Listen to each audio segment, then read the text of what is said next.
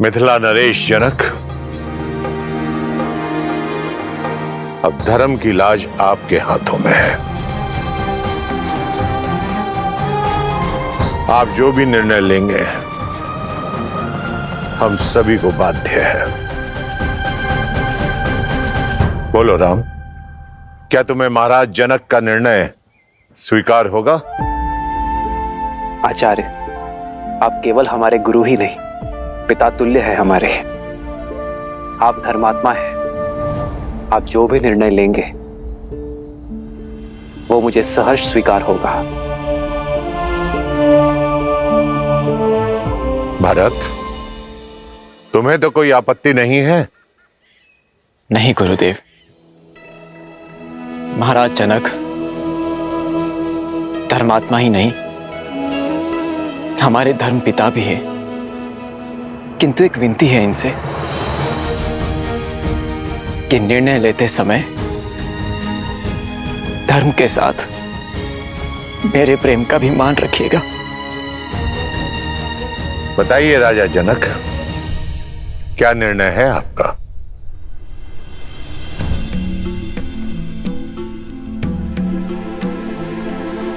कोई भी निर्णय लेने से पहले मैं अपने सौभाग्य को धन्यवाद देता हूं कि मुझे इस धर्म सभा में उपस्थित होने का अवसर मिला। एक और राम है जो धर्म और मर्यादा के प्रतीक है, तो दूसरी ओर भरत जो प्रेम और समर्पण की पराकाष्ठा है।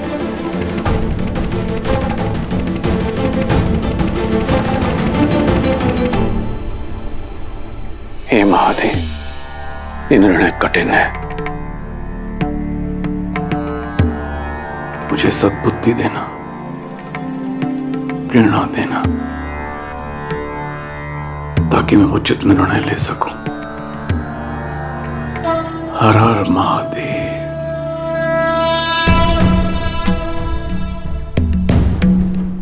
आप पुत्र बनकर अपने पिता के और प्रजा बनकर अपने महाराज के वचन का पालन करना चाहते हैं। आप धर्म के पथ पर हैं। शास्त्रों में भी कहा गया है, धर्मो रक्षति रक्षितः, अर्थात जो धर्म की रक्षा करता है धर्म उसकी रक्षा करता है।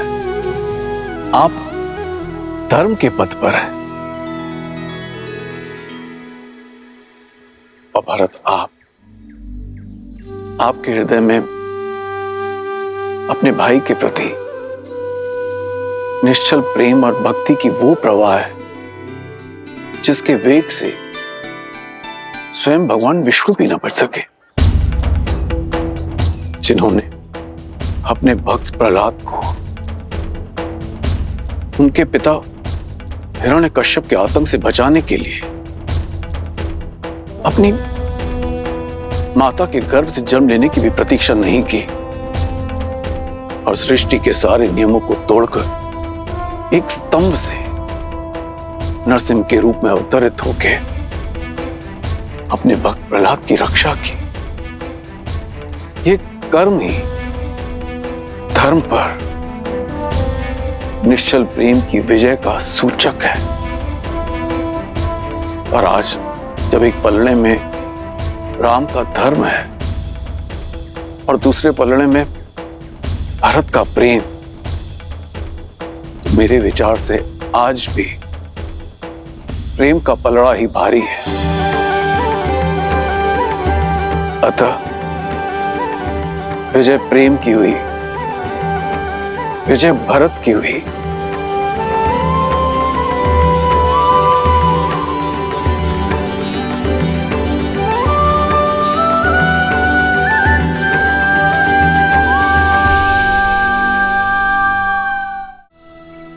इसका अर्थ है कि मैं अपने भैया को अयोध्या ले जा सकता हूं, अपनी इच्छा पूर्ण कर सकता हूं। किंतु प्रेम के भी अपने कुछ नियम होते हैं कुमार। प्रेम में पहले उनके विषय में सोचा जाता है जिनसे हम प्रेम करते हैं। प्रेम में स्वार्थ नहीं, समर्पण का सहारा लिया जाता है, ना कि अपनी इच्छा पूर्ति का।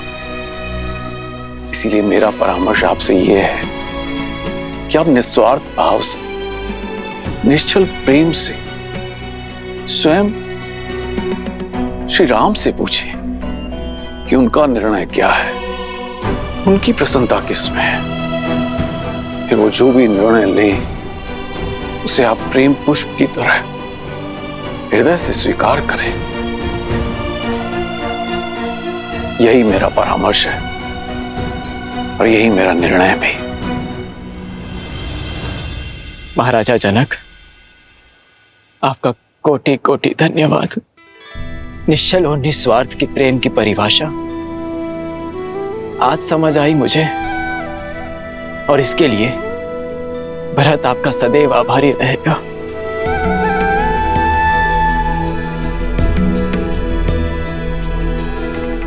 अब तक तो केवल अपने कर्तव्य और कीर्ति की समझ थी मुझे, किंतु उचित और अनुचित का बोध अब समझ आया।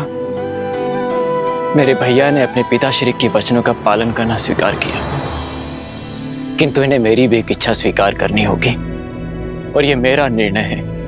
या तो भैया सिंहासन स्वीकार करें या मैं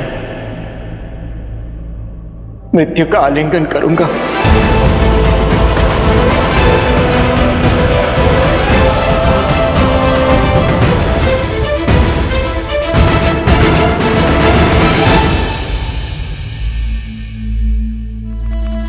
तुम्हारे प्रेम के वेग ने मुझे भी बहा दिया है भरत। तुम मुझे अयोध्या के राज सिंहासन पर बैठते देखना चाहते हो ना, तो वही सही। तुम्हारी प्रसन्नता के लिए मुझे वो भी स्वीकार है। सच भैया? हाँ भरत, किंतु पिताश्री के वचन को झुठलाने का साहस मुझ में अब भी नहीं है। मुझे 14 वर्ष का वनवास काट कर आने दो भरत। उसके बाद मैं तुमसे अयोध्या का राज सिंहासन स्वीकार कर लूंगा। तब तक अयोध्या का भार तुम्हारा हुआ मेरे भाई। आप महान हैं भैया, आप महान हैं। आपने अपने धर्म और मेरे प्रेम दोनों का मान रख लिया। कदाचित मेरे लिए इन पापों का यही दंड है कि 14 वर्षों तक आपके वियोग की असहनीय पीड़ा को मुझे सहना होगा भैया।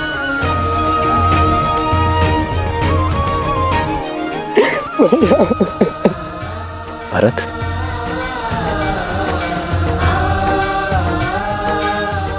क्या हृदय भी कभी शरीर से भिन्न होता है भरत?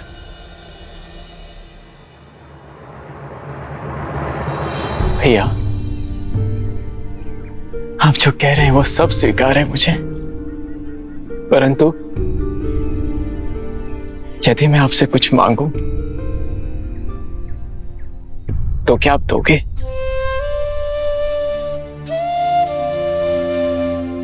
मेरे प्रिय भरत के लिए तो मेरे प्राण भी न्यौछावर है। बोलो भरत, क्या मांगना चाहते हो तुम?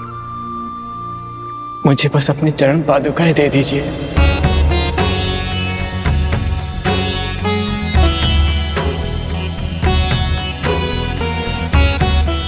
अयोध्या का राज्यभार बहुत बड़ा है भैया, और जिस सिंहासन पर मेरे भैया राम का अधिकार हो, उस सिंहासन पर बैठने का मैं दुस्साहस नहीं कर सकता।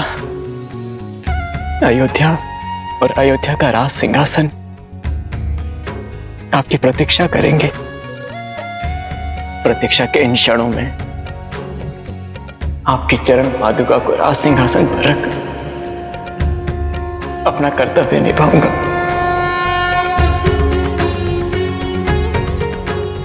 आपके पग धर्म के पथ पर है,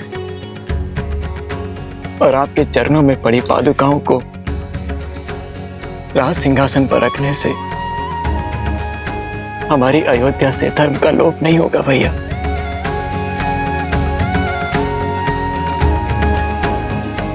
भरत, तुम्हारा ये भद्र प्रेम अमर रहेगा।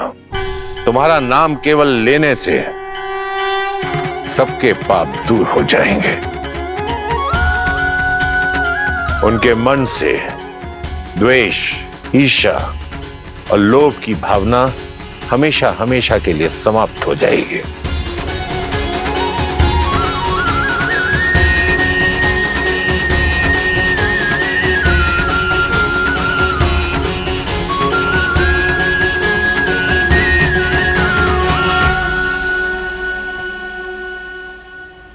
आदर्श और मर्यादा की है ये कथा महापावनम, काटे मद श्री से मिलाने श्रीमद् रामायणम, श्रीमद् रामायणम, श्रीमद् रामायणम। इन पर अपने पैर रख के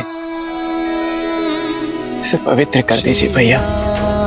श्री राम, श्री राम, श्री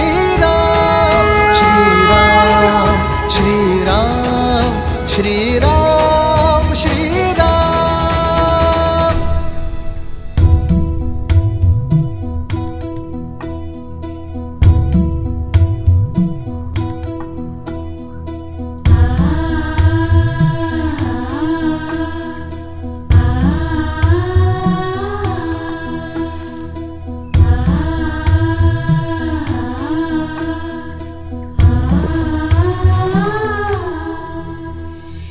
राम भक्त ले चला रे राम की निशानी, राम भक्त ले चला रे राम की निशानी।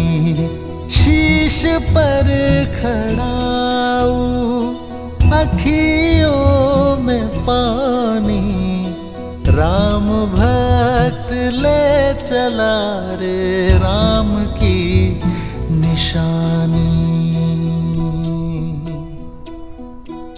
आपके आदेश का पालन कर रहा हूं भैया। न जाने किस जन्म का दंड भोगूंगा मैं इन 14 वर्षों के वियोग में, किंतु स्मरण रहे 14 वर्ष, केवल 14 वर्ष। यदि एक क्षण भी अयोध्या लौटने में आपने विलंब किया तो अपने प्रिय भरत के निर्जीव शरीर से भेंट करेंगे आप।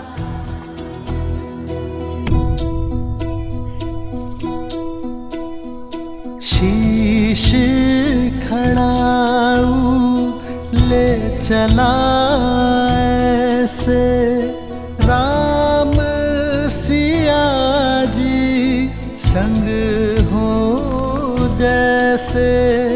शीश खड़ाऊ ले चला ऐसे राम सिया जी संग हो जैसे। अब इनकी छाँव में रहेगी राजधानी, राम भक्त ले चला रे राम की निशानी, राम भक्त ले चला रे राम की निशानी।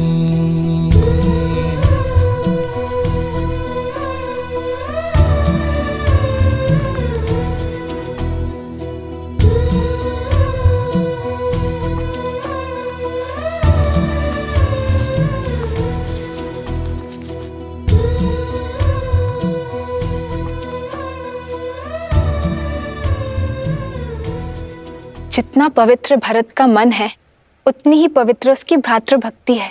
भक्ति क्या है? भक्ति देवी, भक्ति वास्तव में एक व्यक्ति का दूसरे व्यक्ति के प्रति विश्वास ही तो है।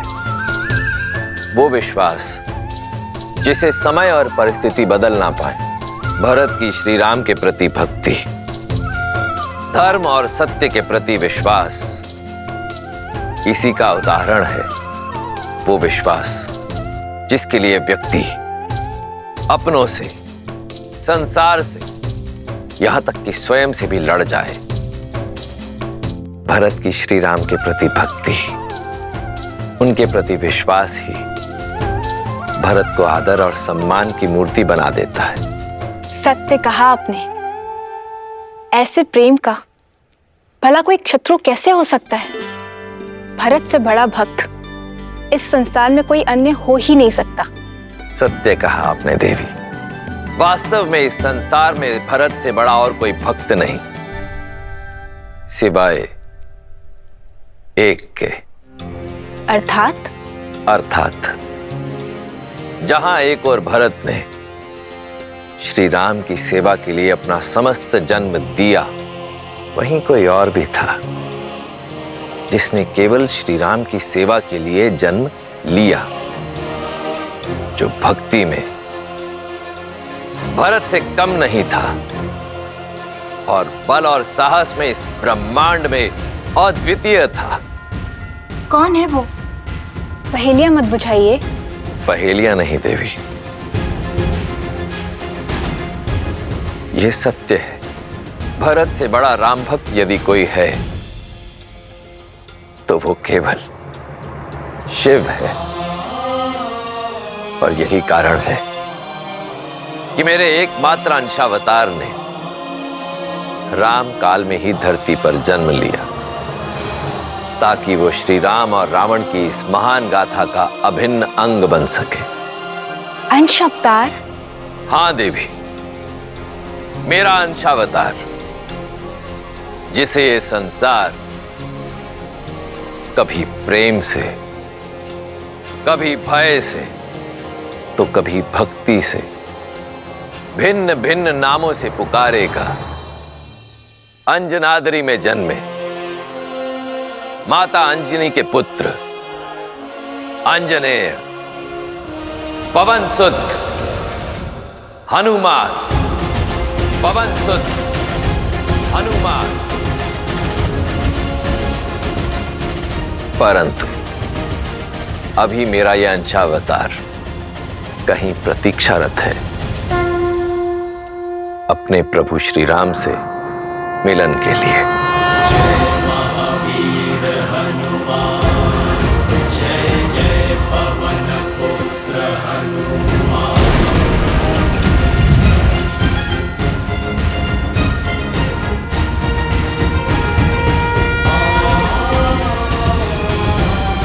राम राम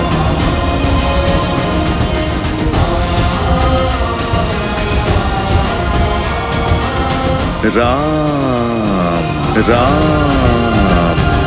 बजरंग बली हनुमान, जय जय महाबली हनुमान। राम राम।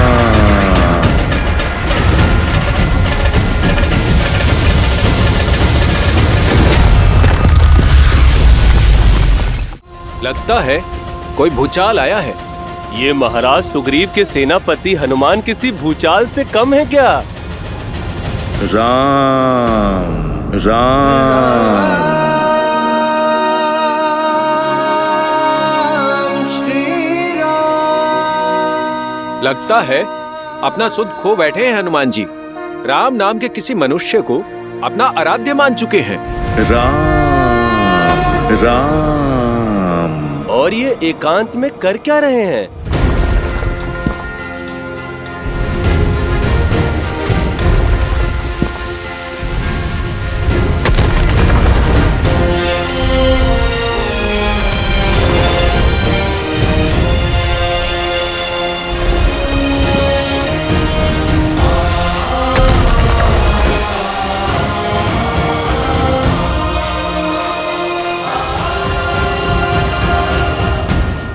जाने राम नाम का जाप क्या क्या करवाएगा इनसे।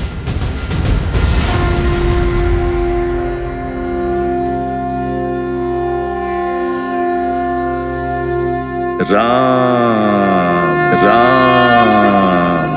श्री गुरु चरण सरोज रज,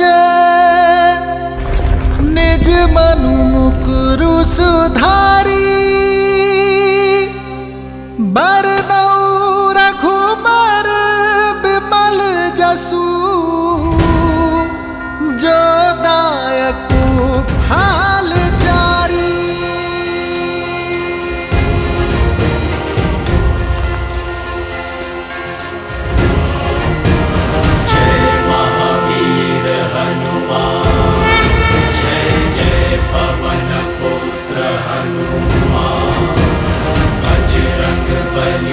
हनुमान जय जय महाबली हनुमान राम राम जय हनुमान ज्ञान गुण सागर जय कपीस तिहु लोक उजागर राम दूत अतुलित बल धामा अंजनी पुत्र पवन सुत नामा राम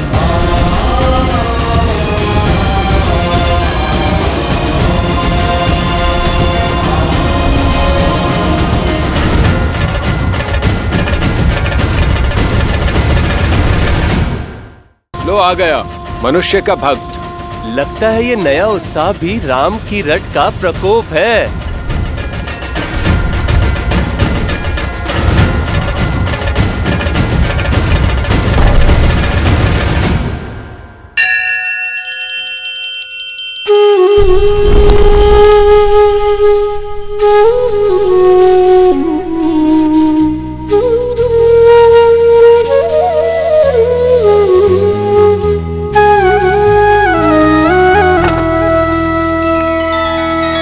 श्री रामचंद्र कृपालु भजु मन हरण भव भय दारुणम नव कंज लोचन कंज मुख कर कंज पद कंजारुणम कंदर्प अगणित अमित छवि नव नील नीरज सुंदरम पट पीत मानहु तड़ित रुचि सुचि नौमि जनक सुतावरम श्री राम श्री राम श्री राम श्री राम श्री राम श्री राम श्री राम श्री राम श्री राम श्री राम श्री राम श्री राम श्री राम श्री राम श्री राम श्री राम।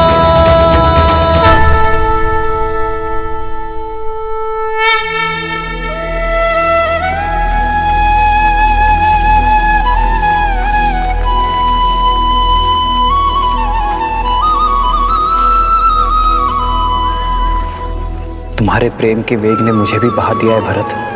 तुम मुझे अयोध्या के राज सिंहासन पर बैठते देखना चाहते हो ना, तो वही सही।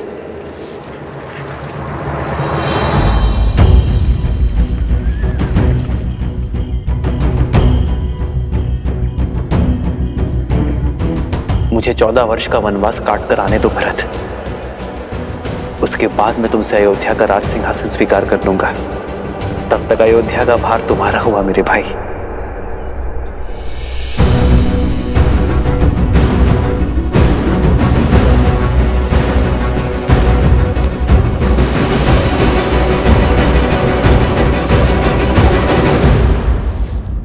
क्या हुआ भैया, आप रुक क्यों गए? देखिए अयोध्या की सीमा आ गई। इसीलिए तो रुक गया शत्रुघ्न। तुम इसी क्षण अयोध्या जाकर राज सिंहासन यहां लेकर आओ। कुमार भरत, ये क्या कर रहे हैं? सिंहासन यहाँ लाकर क्या करेंगे? कोई शंका नहीं भैया, आदेश का पालन होगा। प्रस्थान कर। जी भैया।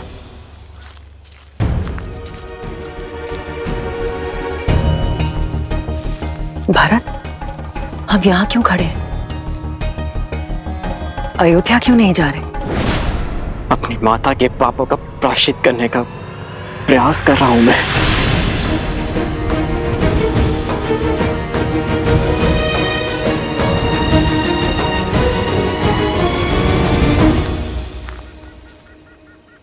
पुत्र, अब पादुकाएं नीचे रख दो। कब से ऐसे ही हो? कुछ क्षण सांस ले लो और मुझे बताओ, उलझन क्या है? नहीं माता, ये पादुकाएं मैं नीचे नहीं रख सकता। मेरे राम भैया की ये पादुकाएं भरत के जीवित रहते तो भूमि पर नहीं रखी जाएगी। इन्हें इनके उचित स्थान पर रखना होगा।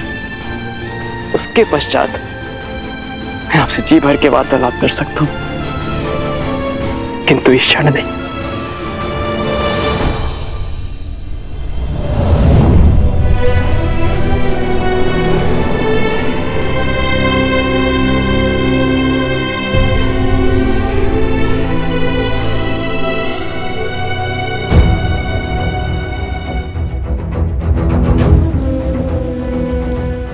ओर से रात्रि हो गई, पर कुमार भरत ज्यों के त्यों खड़े हैं।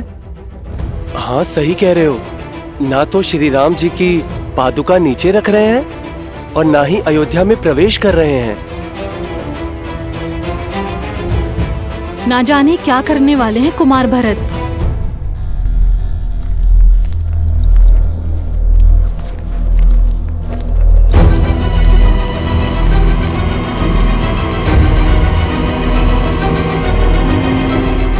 सिंहासन आ गया भैया। इस राज सिंहासन को यहां रख दो शत्रुघ्न। मेरे राम भैया ने यहीं से माटी उठाई थी।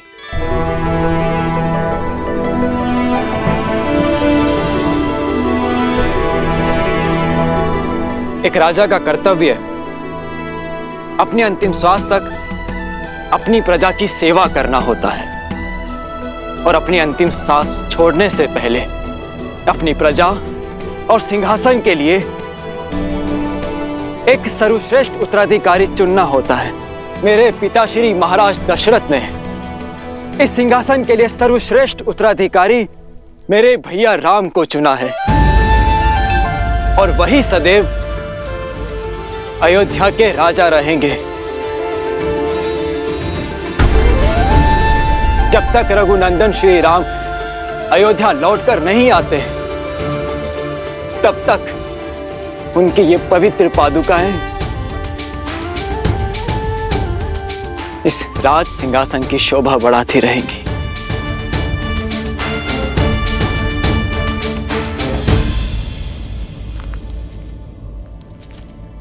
पुत्र भरत, ये तुम राजमहल में भी तो कर सकते थे। नहीं माता, जब राजा वनवास पे हो तो सिंहासन राज आवास में क्यों? भैया की अनुपस्थिति में हमारी प्रजा मुझे राजा समझने की भूल कर सकती है। और माता, मैं भी तो एक साधारण मनुष्य ही हूं। अयोध्या में रहते हुए, वहां का राजकाज करते हुए, यदि एक क्षण के लिए भी मेरे मन में राजा होने का विचार आया तो मुझे तो नरक में भी स्थान नहीं मिलेगा माता। और इसीलिए मैंने निर्णय लिया है कि जब तक मेरे राम भैया लौट कर नहीं आते तब तक मैं भी अयोध्या में पग नहीं धरूंगा।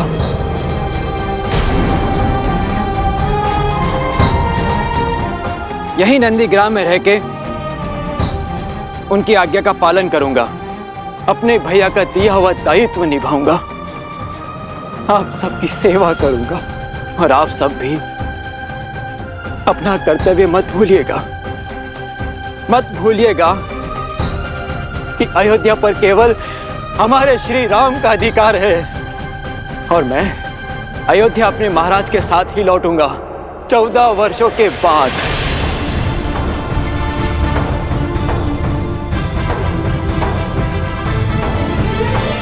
जय श्री राम, जय श्री राम, जय श्री राम, जय श्री राम, जय श्री राम, जय श्री राम। राम मातु गुर पद सिरुनाई, प्रभु पद पीठ रजाय सुपाई।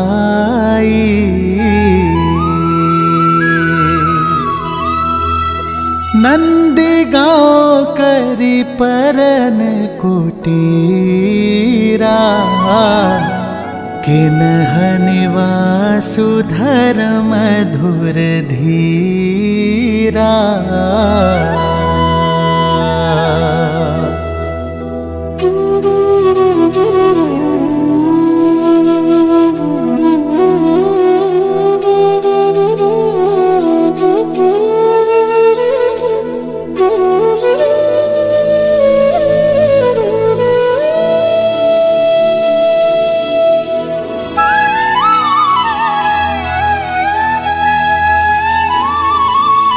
मैं यहाँ अयोध्या के बाहर नंदीग्राम में रहकर राजकाज संभालूंगा और शत्रुघ्न तुम अयोध्या के अंदर रहकर हमारी प्रजा की सुरक्षा का दायित्व निभाना, क्योंकि मेरा भाई मुझसे भी अधिक शूरवीर है। जो आज्ञा भैया। तुम्हें जन्म देकर मेरे पापों के प्रायश्चित हो गए भरत। ये कैकेयी अपने आप को लज्जित होने से नहीं बचा पाई, किंतु अपने कर्मों से तुमने मेरे कोख की लाज रख ली भरत। मुझे गर्व है भरत कि तुम मेरे पुत्र हो। मुझे गर्व है कि मैं तुम्हारी माता हूं भरत। गर्व तो आपको होना ही चाहिए महारानी, क्योंकि श्री राम आपको अपनी माता मानते हैं। क्षमा कर दिया उन्होंने आपको, परंतु कभी विचार कीजिएगा महारानी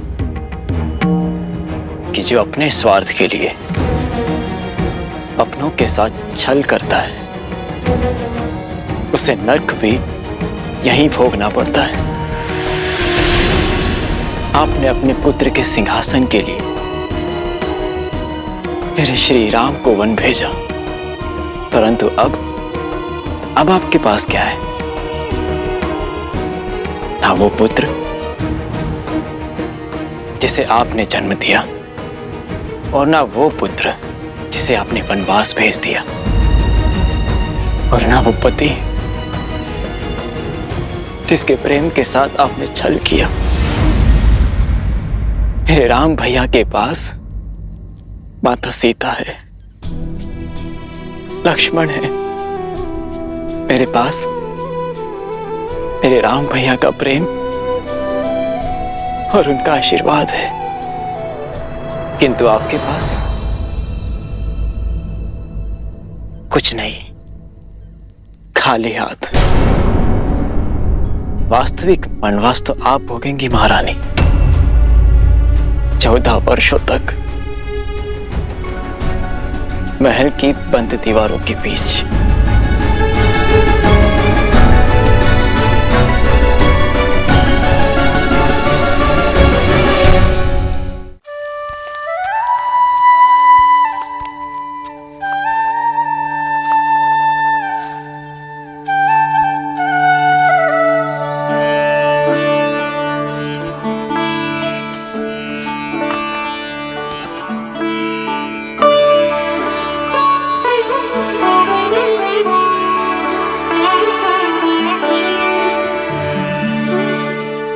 लक्ष्मण भैया को देखा, बात कीजिए ना उनसे यार।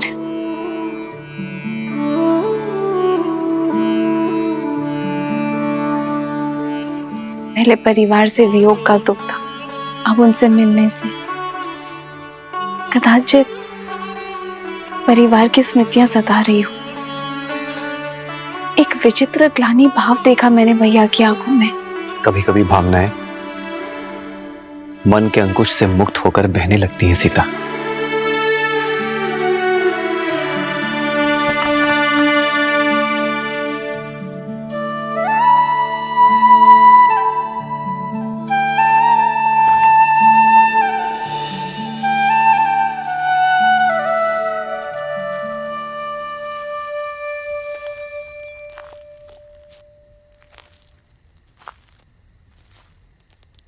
बैठो लक्ष्मण, बैठो।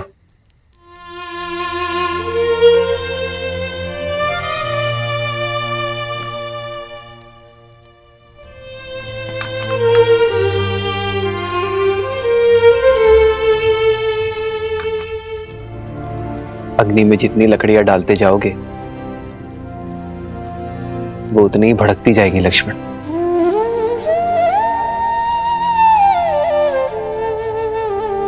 मन की अग्नि का भी यही नियम है। विचार के ईंधन डालते जाओगे तो वो धीमी कैसे पड़ेगी? मैंने पाप किया है भैया, स्वयं को बहुत छोटा अनुभव कर रहा हूं मैं। आपने बार बार समझाने का प्रयास किया मुझे, किंतु मेरी मति मारी गई। लक्ष्मण, अपने प्रिय भरत भैया को नहीं, उस पवित्र आत्मा को नहीं पहचान पाया, उस पर नहीं किया मैंने भैया, स्वयं को अत्यंत मलिन कर लिया है मैंने भैया। मैं स्वयं को क्षमा नहीं कर पा रहा हूं।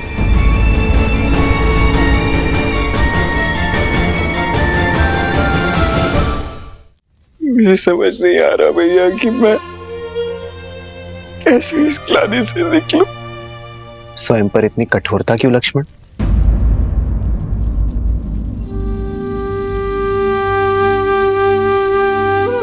मेरे भाई ने कोई पाप नहीं किया है। तुमने भरत को हानि नहीं पहुंचाई है लक्ष्मण, बस मेरी रक्षा की है।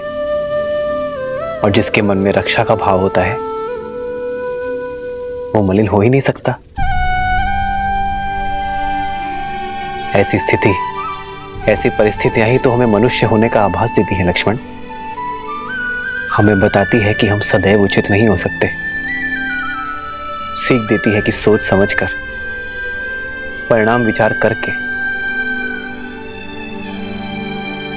शांत मन से निर्णय लेना, यही जीवन है। भैया, भैया आप बस मुझे क्षमा कर दीजिए, बस एक बार मुझे क्षमा कर दीजिए। मैं आपको आश्वासन देता हूँ कि इसके पश्चात मैं श्रेष्ठ होने का पूर्ण प्रयास करूंगा भैया। आपकी भांति बनने का पूरा प्रयास करूंगा भैया। आप बस इसी प्रकार मेरा मार्गदर्शन करते रहिए। आदेश दीजिए मुझे भैया, मैं आपके किसी आदेश का उल्लंघन नहीं करूंगा, कभी नहीं करूंगा भैया। लक्ष्मण, शांत हो जाओ। क्षमा मांगने की कोई आवश्यकता नहीं है तुम्हें लक्ष्मण। चित्रकूट रुकने का हमारा प्रयोजन सिद्ध हुआ लक्ष्मण। अब नहीं तुम्हारे मन में कोई मलिनता है और ना भरत के मन में कोई ग्लानि। अब हम निश्चिंत होकर अपना कर्तव्य पालन कर सकते हैं। हमें दंडकारण्य चलना चाहिए लक्ष्मण। तुम्हें स्मरण है ना, महर्षियों ने हमसे सहायता मांगी है। जी भैया। बस हम शीघ्र ही दंडकारण्य की ओर प्रस्थान करेंगे।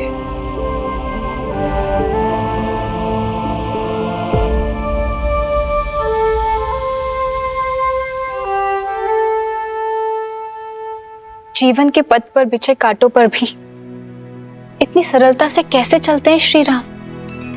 देवी, जो संकट के समय में भी संयम रखे वही तो है राम। जिनके निर्णय स्वार्थ से मुक्त हो वही तो है राम। जो अपने आज से संसार के आने वाले कल को सुंदर बनाए वही तो है राम। जो अपने कर्म, अपने चरित्र से मर्यादा को परिभाषित करे परंतु स्वयं फिर भी सरल रहे वही तो है मर्यादा पुरुषोत्तम श्री राम। जब मेघ अपने भीतर भरे जल का स्वार्थ छोड़ उसे भूमि पर बरसाने के लिए सज्ज हो जाए तभी तो प्रकृति खिलती है। उसी प्रकार जब जब कोई मनुष्य अपने हित की चिंता छोड़ संसार के हित के विषय में सोचेगा, अपने कर्मों और चयन को समाज के उत्थान के साथ जोड़ेगा, तब तब उस मनुष्य के चरित्र में स्वयं श्री राम के चरित्र का पदार्पण होगा। जय श्री राम। जय श्री राम। अंजनी पुत्र की जय हो। सेनापति हनुमान, भारी संकट आन पड़ा है, आपकी आवश्यकता है।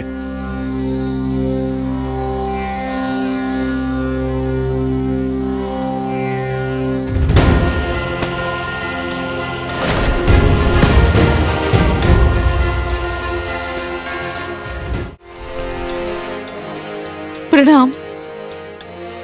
एक हिंसक बाघ ने वन में आतंक मचाकर रखा है। छोटे बच्चे खेलने भी नहीं जाते, बहुत भयभीत हैं वो। अब आप ही रक्षा कर सकते हैं सेनापति जी।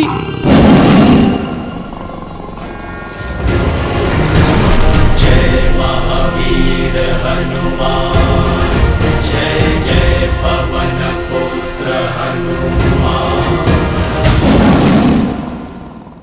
जय श्री राम। जय श्री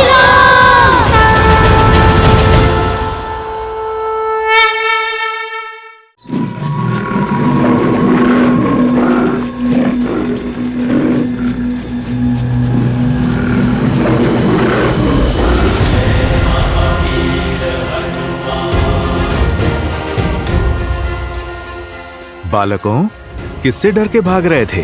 अच्छा हुआ हनुमान काका आप आ गए, हम तो बहुत डर गए थे।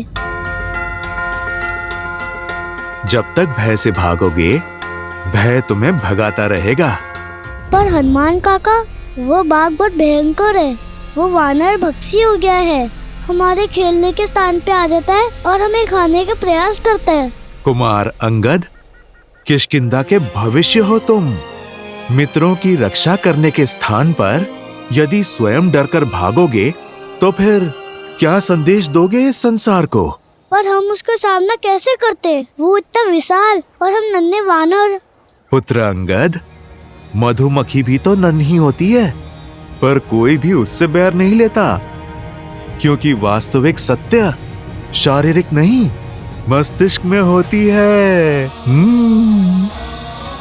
और फिर तुम्हारे पास एक और शक्ति भी है, संगठन की। तुम छोटे अवश्य हो, पर संख्या में बहुत हो, और बाघ तो अकेला है। यदि तुम मिलकर सामना करोगे तो बाघ तो क्या, बड़े बड़े राक्षस भी चित हो जाएंगे तुम्हारे सामने। पर कैसे? जब बल कम हो तो बुद्धि और एकता काम आती है। चलो योजना बनाते हैं। श्री हनुमान जी की जय, श्री हनुमान जी की जय, श्री हनुमान जी की जय। एक एक वानर एक एक वृक्ष पे होगा, अच्छे से दृष्टि रखेगा कि बाघ किस मार्ग से जा रहा है। जिस वानर के पास से वो निकले, वो वानर अपनी चित्कार से संकेत करेगा। सचेत करने के लिए केवल सचेत नहीं करना है, बाघ के पीछे चलकर बिना किसी ध्वनि के उसका पीछा करना है। पर चित्कार रुकनी नहीं चाहिए। पहले एक देगा, फिर दूसरा, और फिर तीसरा, और फिर सब अपनी चित्कार एक दूसरे की चित्कार में मिलाएंगे। फिर जब बाघ एक रिक्त स्थान पर आ जाए, सब एक साथ चित्कार दें और फिर कूदकर उसके सामने आ जाएं। वो दहाड़ेगा।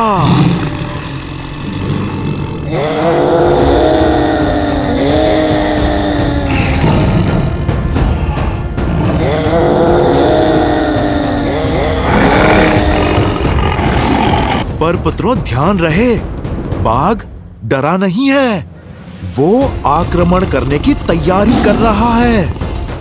यदि उसने आक्रमण किया तो?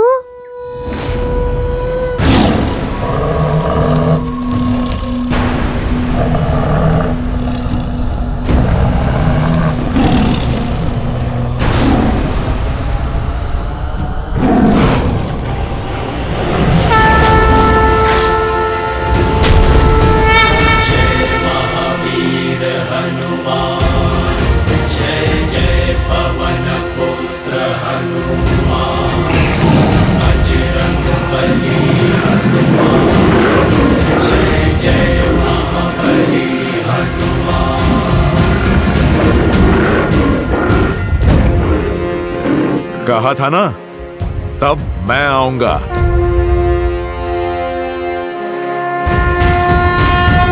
जय हनुमान ज्ञान गुण सागर, जय कपीस तिहु लोक उजागर। रामदूत अतुलित बल धामा, अंजनी पुत्र पवन सुत नामा। राम दुआरे तुम रखवारे, होत न आज्ञा बिनु पैसारे। आपन तेज समारो आपे, तीनों लोक हाथ कै कापे।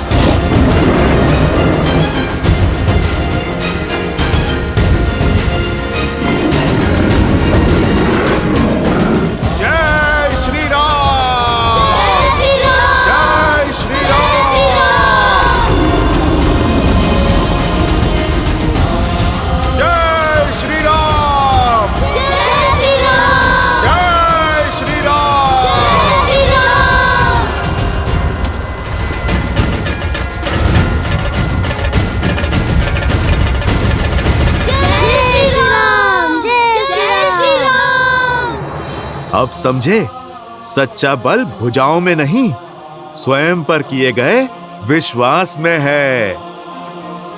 फिर बाग चाहे कितना भी विशाल हो, नन्हे मुन्ने भी उसका परिहास कर सकते हैं। समझो, भय की आंखों में आंखें डाल के विश्वास से देखोगे, भय स्वयं दुम दबा के भाग जाएगा। पर ये विश्वास जगेगा कैसे हनुमान काका? भक्ति और शक्ति में संतुलन बनाना सीख जाओ।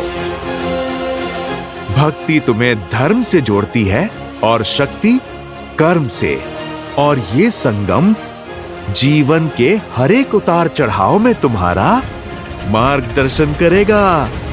तो हमें भक्ति और शक्ति दोनों का पट दिखाइए। ठीक है, तो फिर आरंभ अखाड़े से करेंगे।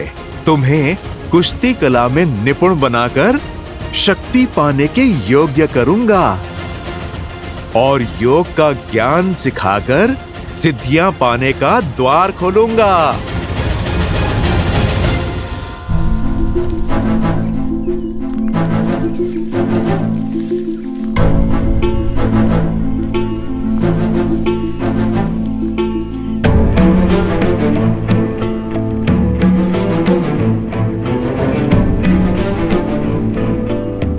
मानचित्र के अनुसार मार्ग तो यही है, परंतु यहाँ तो नदी है।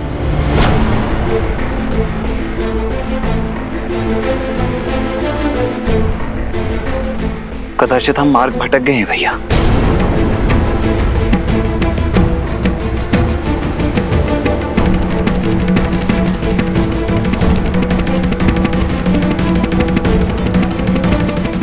नहीं लक्ष्मण, अब तक का मार्ग ऋषि भारद्वाज द्वारा दिए गए मानचित्र के अनुसार ही चुना है, अर्थात दंडकारण्य का मार्ग सामने ही होना चाहिए। परंतु यहां तो नदी है ना भैया, फिर कदाचित ऋषि भारद्वाज से मानचित्र बनाने में कोई त्रुटि हुई हो।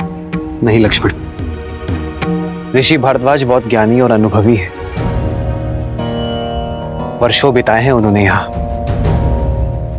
उनके ज्ञान पर संदेह करना उचित नहीं है। मार्ग हमारे सामने ही है लक्ष्मण, कदाचित हम उसे देख नहीं पा रहे हैं।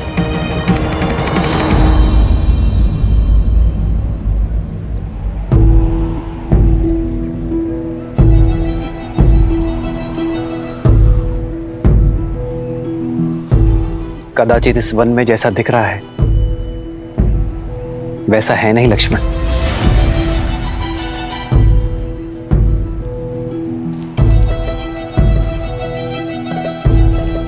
संभलकर भैया, नदी गहरी प्रतीत हो रही है।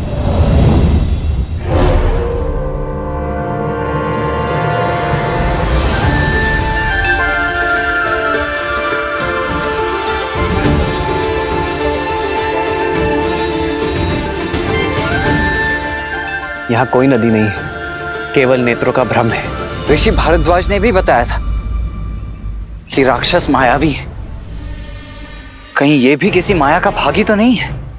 यदि मार्ग ढूंढना है तो माया से लड़ना होगा लक्ष्मण। जी भैया, आओ सीता।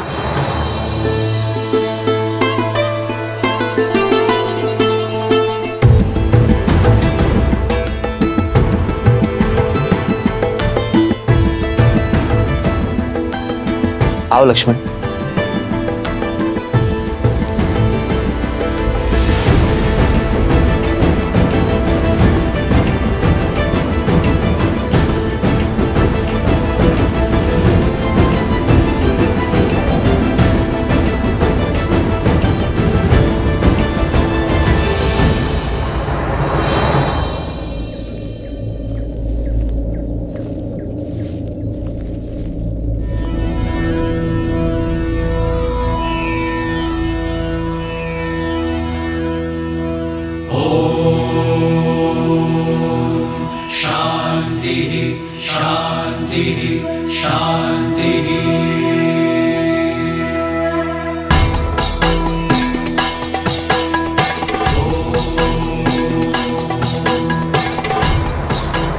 राम, तुम आ गए।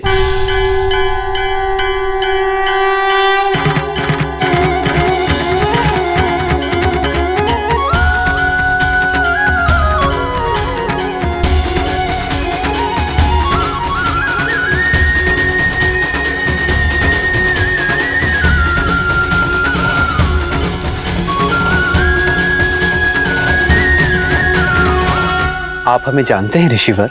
हाँ राम, तुम्हारे जैसा पुरुषोत्तम ही हमारे द्वारा रचित इस ब्रह्म जाल को तोड़कर अत्रि आश्रम में प्रवेश कर सकता है।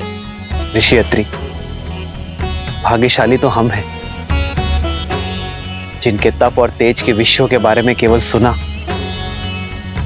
आज उनके दर्शन भी पा ली। प्रणाम ऋषिवर। यशस्वी भव, तुम्हारा शौर्य बना रहे। सौभाग्यशाली भव। ऋषिवर, यदि हमारे आगमन से आपका तप भंग हुआ है तो हमें क्षमा कर दीजिए। नहीं राम, तुम्हारे आने की प्रतीक्षा के लिए तो ये तप था, और तुम आ गए, अब ये संपूर्ण हो गया। हमारे आने की? हाँ, उन राक्षसों के अंत के लिए जिनका प्रवेश रोकने के लिए मैंने अपने आश्रम के चारों तरफ दृष्टि भ्रम उत्पन्न किया हुआ था। अब तुम आ गए, इसकी कोई आवश्यकता नहीं। बचपन से आपके तेज और माता अनुसुईया के तप की कथाएं सुनी है, आज दर्शन हुए। माता अनुसुईया के दर्शन की भी इच्छा थी मेरी। कहाँ है वो?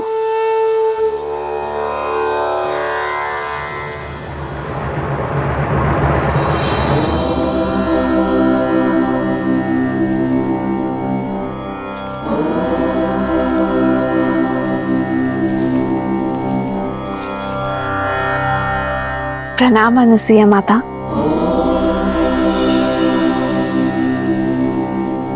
राम और लक्ष्मण का भी प्रणाम स्वीकार करें माता। आशीर्वाद मांगने के पूर्व मेरे एक प्रश्न का उत्तर दो राम। ये दंडक वन है, यहाँ पग पग पर उदंडी असुरों का वास है। ये एक सज्जन शीलवान स्त्री के लिए कोई स्थान नहीं, और यहाँ तुम अपनी कोमल पत्नी को लेकर आने की भूल कैसे कर सकते हो? ये सुरक्षित नहीं है राम। क्षमा करें माँ, पर मैं असुरक्षित नहीं। जैसे आपके पास आपकी सुरक्षा के लिए आपके तप का ताप है, उसी प्रकार मेरे पास मेरे पति, मेरे श्री राम का कवच है, भैया लक्ष्मण की सुरक्षा है। जिस प्रकार आप इसी वन में अपने पतिव्रता के बल से अपने पति की संगिनी बनकर रह रही हैं, उसी से प्रेरणा लेकर ये सीता भी आपकी ही भांति अपने पति की यात्रा में उनका साथ देगी। ऋषि भारद्वाज के आदेश से पीड़ित ऋषियों के तारण के लिए हम दंडक वन की ओर बढ़ रहे हैं। कदाचित यही हमारे वनवास के लिए नियति का उद्देश्य है ऋषिवर। ऐसे में आपसे भेंट हमारे लिए आशीर्वाद है। हम आशा करते हैं कि आगे की परिस्थितियों, समस्याओं और उनके निवारण के लिए आप हमारे मार्गदर्शक बनेंगे। दंडकारण्य? क्या हुआ ऋषिवर, आप इतने चिंतित क्यों हो गए? दंडकारण्य कोई सामान्य वन नहीं है, सहस्त्र मायावी राक्षसों का गढ़ है राम।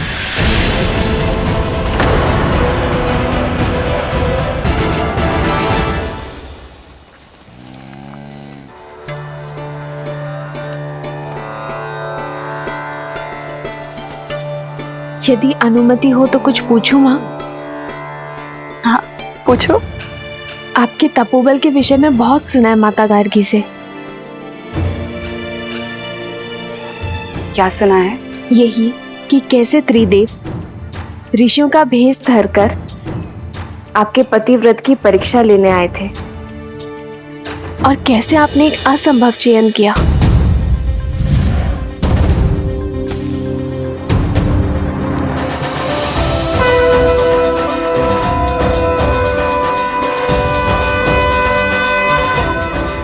ब्राह्मणों की सेवा तो हर गृहस्थ का धर्म होता है। मैंने प्रयास किया है कि आपका हर संभव स्वागत कर सकूं। भोजन ग्रहण कीजिए देव। अवश्य देवी, परंतु बिना स्नान किए ये भोजन ग्रहण करना हमारे लिए वर्जित है। मैं अभी आप लोगों के स्नान का प्रबंध आश्रम के जलाशय में करवा देती हूँ। रुकिए देवी, धर्म कहता है कि अतिथि की इच्छा को उसके अनुसार ही पूर्ण करना चाहिए। हमारा कहने का आशय ये है कि यदि आप स्वयं अपने हाथों से हमें स्नान कराएंगे तभी ये भोजन ग्रहण करना उचित होगा।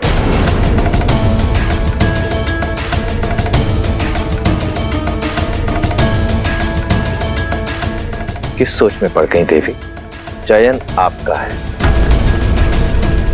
यदि आज हम ब्राह्मण ये भोजन ग्रहण करके इस आसन से उठेंगे तो ऋषि अत्रि का यश सर्वदा बना रहेगा, परंतु यदि हम भोजन ग्रहण किए बिना ही आसन से उठ गए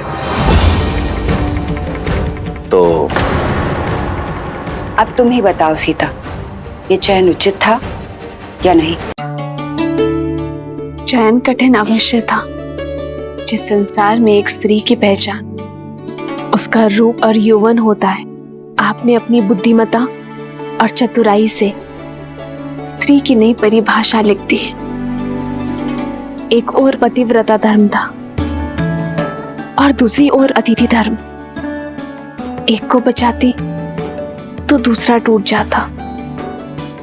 ऐसे धर्म संकट में आपने अपने तप के बल से जो किया उससे न केवल दोनों धर्म का पालन हुआ बल्कि एक स्त्री की महानता और एक नारी के बल को नया आयाम मिला।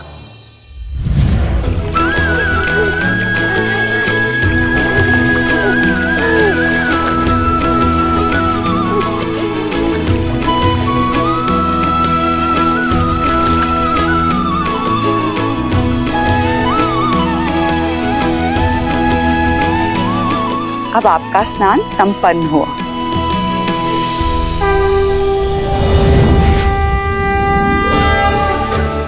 प्रणाम देवी। त्रिदेवियां एक सन्यासिन के घर, मैं धन्य हुई।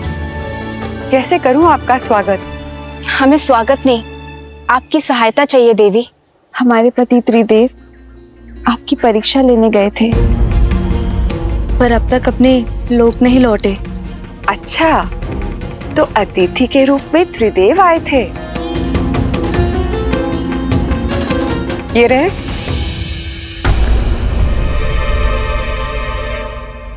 अपना अपना चुन लो।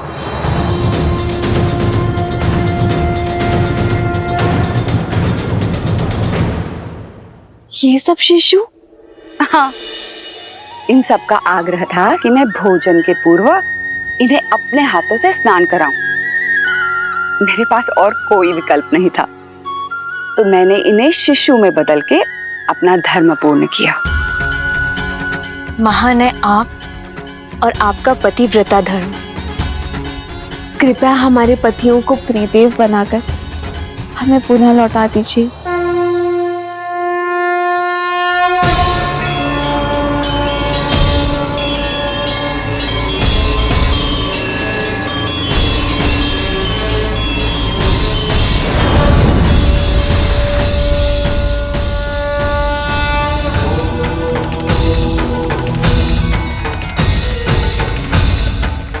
देवी अनुसूया, संसार में जब जब पतिव्रता धर्म की बात होगी तब तब आपका उल्लेख अवश्य होगा। धन्य है आपका तप, आपका बल और आपका धर्म।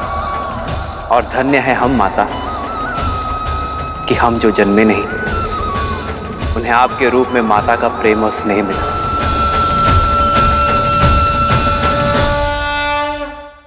कथा सुनना महत्वपूर्ण नहीं है, महत्व तो सीख का है जिसे ग्रहण करना आवश्यक है। बताओ, तुमने क्या सीखा सीता? जो सीखा उसी का बल लेकर तो इस मायावी वन में आ सकी हूं मैं माता। मैंने सीखा, यदि आपके हृदय में आपके जीवन साथी के लिए अटल प्रेम और अटल समर्पण हो, जब अपने प्रेम और समर्पण पर पूर्ण विश्वास हो, तो कोई माया ही क्या, संसार रचने वाले, चलाने वाले और नष्ट करने वाले त्रिदेव भी उस विश्वास को खंडित नहीं कर सकते माता। सारे संसार को उसके सामने नतमस्तक होना ही पड़ता है। तुम अद्भुत हो सीता। तुम्हारे आचरण और तुम्हारे विचारों ने मुझे जीत लिया है। तुमने अपने लिए मेरे मन में एक विशेष स्थान बनाया है सीता। मैं तुम्हें कुछ देना चाहूंगी। दंडकारण्य रण क्षेत्र होगा राम, जहां शत्रु सामने से नहीं दिखाई देगा और प्रहार किसी भी दिशा से हो सकता है, जहां रावण के सौतेले भाई खरदूषण के अतिरिक्त अकंपन, तृष्णा, विराद और कवंद जैसे मायावी राक्षस होंगे। अब तुम ही बताओ, उस स्थान पर एक स्त्री का रहना उचित है?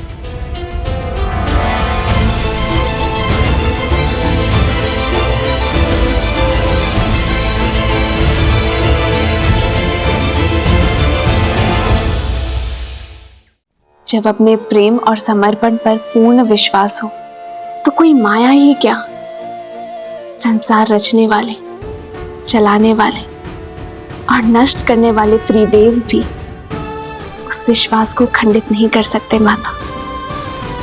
सारे संसार को उसके सामने नतमस्तक होना ही पड़ता है। तुम अद्भुत हो सीता। तुम्हारे आचरण और तुम्हारे विचारों ने मुझे जीत लिया है। तुमने अपने लिए मेरे मन में एक विशेष स्थान बनाया है सीता। मैं तुम्हें कुछ देना चाहूंगी।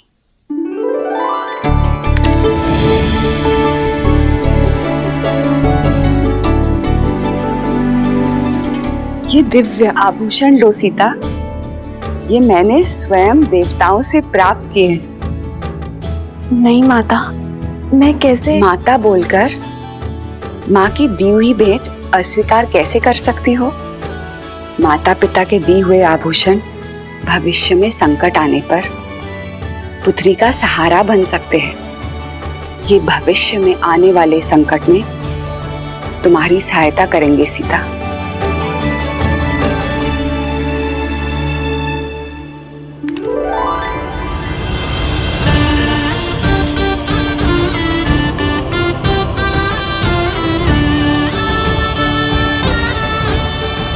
साक्षात देवी लक्ष्मी का अवतार लग रही हो।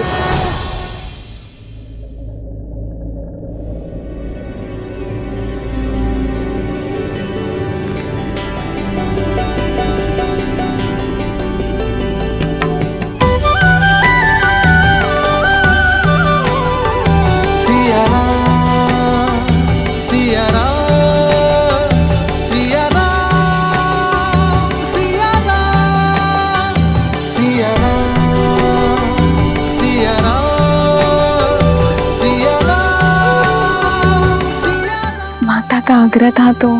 आग्रह नहीं, प्रेम। माता के घर से कहीं कोई पुत्री खाली हाथ जा सकती है? राम, पुत्री ने माता की आग्रह मानी राम, अब तुम मेरी आग्रह मानो। सीता को दंडकारण्य जैसे भयावह स्थान पर मत ले जाओ, ये उनके लिए सुरक्षित नहीं है। आर्य, मेरी दृष्टि में आपका भय अनुचित है। मैंने स्वयं सीता का तेज और संकल्प देखा है। जिस यात्रा पर ये दोनों जा रहे हैं, वहां सीता को राम की सुरक्षा की नहीं, परंतु राम को सीता के साथ और संकल्प की आवश्यकता है। राम के शौर्य और सीता के पतिव्रता धर्म के साथ ये कोई भी संकट पार कर सकते हैं। ऋषिवर, आपके प्रेम और आतिथ्य का मैं बहुत आभारी हूं, किंतु कर्तव्य की पुकार है, जाना ही होगा। दंडकारण्य के कुछ ऋषियों को मैंने सहायता का वचन दिया था। आस बांधकर उन्हें तोड़ने का महापाप मैं नहीं कर सकता ऋषिवर। विदा दीजिए ऋषिवर, और आशीर्वाद भी। संध्या होने को है। इस बार में दंड कारण जाना उचित नहीं है। आज तुम सब यहीं रुक जाओ। कल भोर में नए सूर्योदय के साथ नई यात्रा प्रारंभ करना। जैसे आपकी आज्ञा ऋषिवर।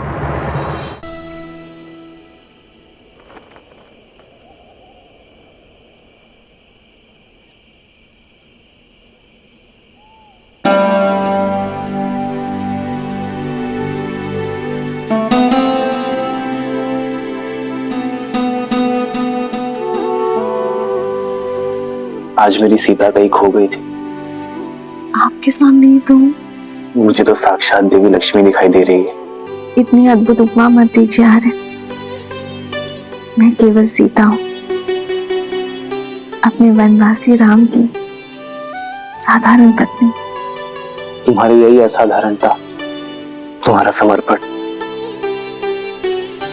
तुम्हें असाधारण से परे बनाते हैं सीता। पवित्रता और सौंदर्य का संगम हो तुम। सच में तुम्हें पाना मेरा सौभाग्य है सीता।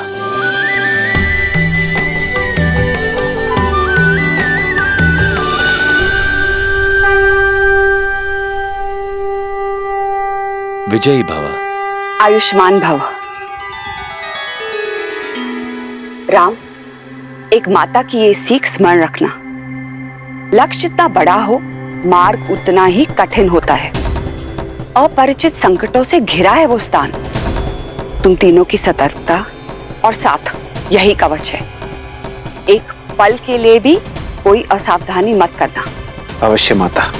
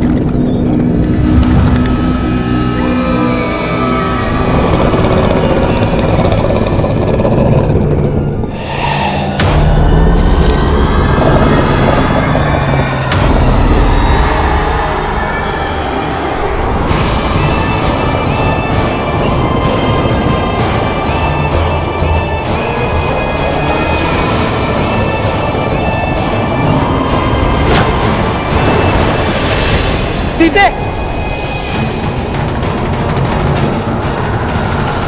भैया, ये कैसा मायावी बवंडर है?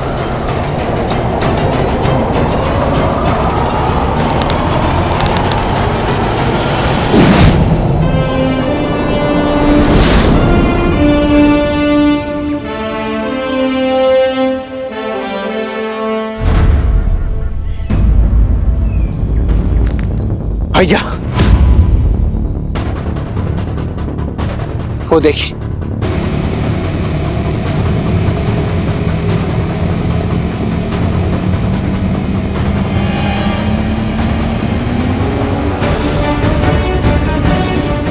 वो महापापी विराट नवयुवतियों को ही अपना लक्ष्य बनाता है।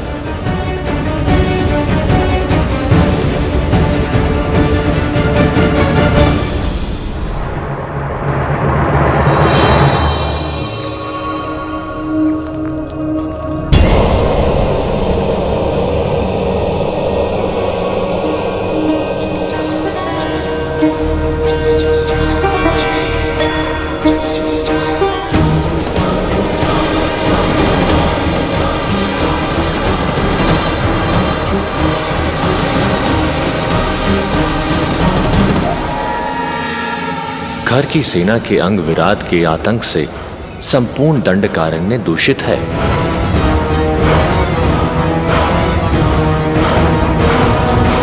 ना जाने कितने ही मनुष्यों को लील गया होगा ये महापापी।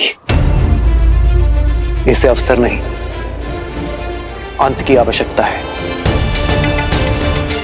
हमें विराट का संहार करना ही होगा लक्ष्मण।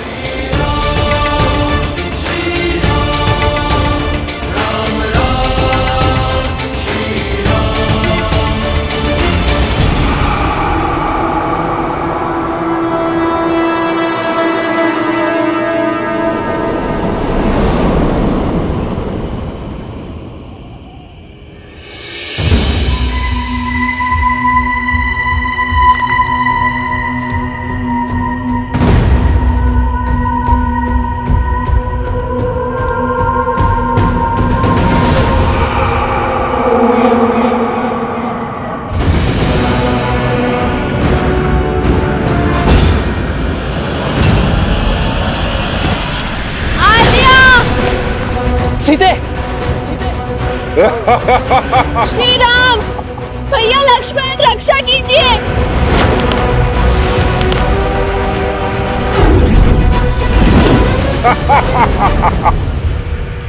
भैया, ये विराज! सीते!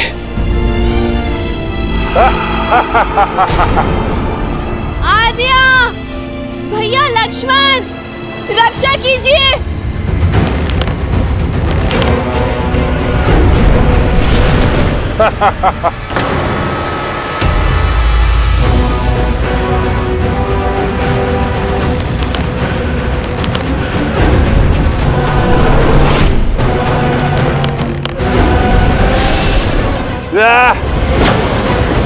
सीते!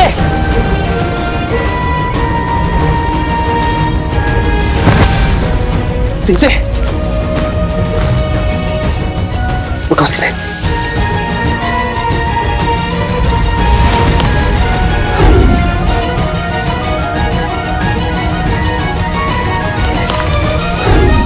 भैया, इस पर हमारे बाणों का कोई प्रभाव नहीं हो रहा है।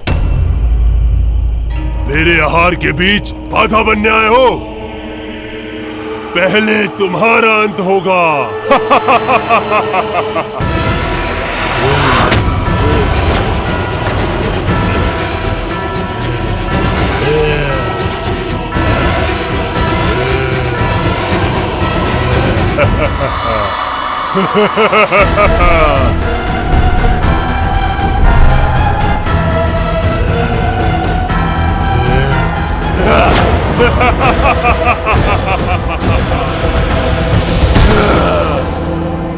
बड़ा दुखदाई और कष्ट भरा अंत होगा तुम्हारा।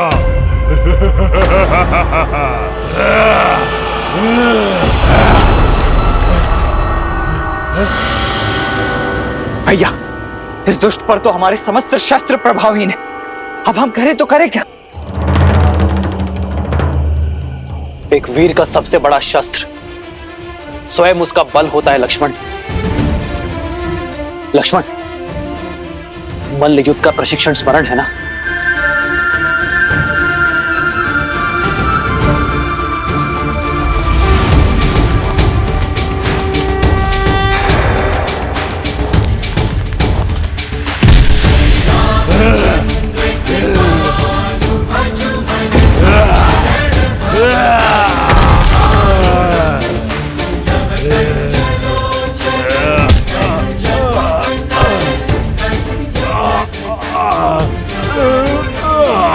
मैं ऐसे नहीं मरूंगा।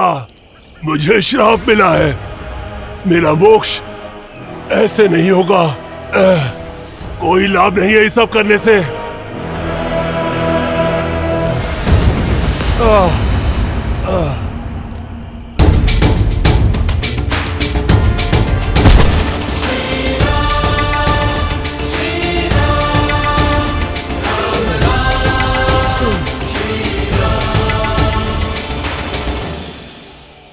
मुझे जीवित की धरती में गाड़ दीजिए राघव, तभी मैं इस नरकीय जीवन और अपने इस शाप से मुक्त हो पाऊंगा। कैसा शाप मिला है तुम्हें विराट? अपना परिचय दो। मैं टुमरू हूं, एक गंधर्व जो श्राप के चलते इस राक्षस रूप में आ गया। काम के मध में चूर होके मैंने कुबेर की पुत्र वधू रंभा पर कुदृष्टि डाली थी। कुबेर की सभा में उसके पति के पास ले जाने के स्थान पर मैंने उसका अपहरण कर उससे विवाह करने का प्रयत्न किया, जिसके दंड के रूप में कुबेर ने मुझे स्त्रियों के अपहरण करने वाला राक्षस बनने का श्राप दिया। और मोक्ष का केवल एक ही मार्ग था, श्री राम, जो मेरा उद्धार करें। आपका कोई अस्त्र शस्त्र मुझ पर नहीं चल पाएगा, इसलिए हे प्रभु, मुझे जीवित ही गाड़ कर मुझे इस श्राप से मुक्ति दें। किंतु मैं ही क्यों? क्योंकि मेरे श्राप और इस पीड़ा का अंत केवल वही कर सकता है जिसने जीवन भर स्त्रियों का सम्मान किया हो, जिसने कभी किसी पर स्त्री पर कुदृष्टि न डाली हो। मैंने मोक्ष की इच्छा से न जाने कितने ऋषि मुनि और देवों के दरवाजे खटखटाए, किंतु सभी के मन में किसी न किसी पराई स्त्री के लिए काम अवश्य जागा था। प्रभु राघव, इस संसार में केवल आप हैं जो पवित्र हैं, इसलिए हे राम, मेरी सहायता कीजिए, मुझे श्राप से मुक्ति दिलाइए। तुम गुरु, तुम्हारा जीवन समस्त संसार के लिए एक सीख है। स्त्रियों के सम्मान, उनके आदर का पाठ पढ़ाने वाला अध्याय है। मुझे तुम पर दया आती है तुम गुरु, और मैं तुम्हारी पीड़ा को भी समझता हूं, इसलिए मैं तुम्हें तुम्हारी मुक्ति में सहायता अवश्य करूंगा।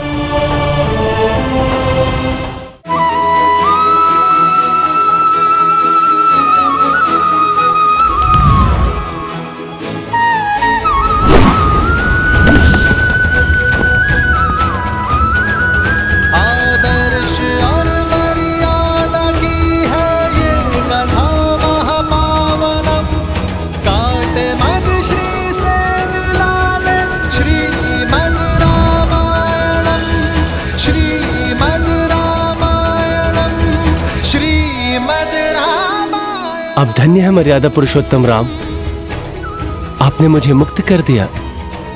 मैं एक गंधर्व हूं, संगीत ही मेरा जीवन है और मेरा धर्म भी। अब मेरा संगीत सदा आपके ही गुणगान गाएगा। अब आप दक्षिण दिशा में पंचवटी की ओर प्रस्थान कीजिए, अगस्त ऋषि के आश्रम की ओर। दंडक में राक्षसों का आतंक है और राक्षसों का राजा है महाबली लंकेश रावण। रावण के अधर्म और उसके अत्याचारों की कोई सीमा नहीं है। इस दंडकारण्य में न जाने कितने मानव भक्षक छोड़ रखे हैं उसने। और इस राक्षसी सेना का प्रमुख है खर, जो रावण की छाया बनकर अपने भाई दूषण के साथ मिलकर अपने इस आतंक से धर्म और मर्यादा का गला घोट रहा है। अधर्म और पाप के इस जाल से बचने के लिए, धर्म और पुण्य की स्थापना के लिए प्रभु आपको ऋषि सरभंगा के मार्गदर्शन की आवश्यकता है। वही आपको ऋषि अगस्त तक पहुंचाएंगे। केवल ऋषि अगस्त ही हैं जो राक्षस राज और उनके अंत के ज्ञाता हैं। शीघ्र जाइए राम, ऋषि सरभंगा के जीवन की डोर को आपके दर्शनों की आस ने ही थाम रखा है। फिर तो हमें इसी क्षण निकलना होगा।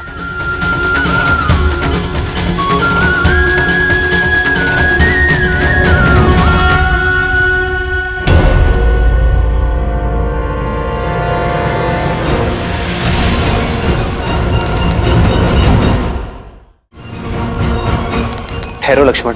भैया, ये अवश्य ही राक्षसों का कोई गुप्तचर है। इससे पूर्व कि ये अपने साथियों को हमारी सूचना दे, मुझे इसका अंत कर देने दीजिए। लक्ष्मण,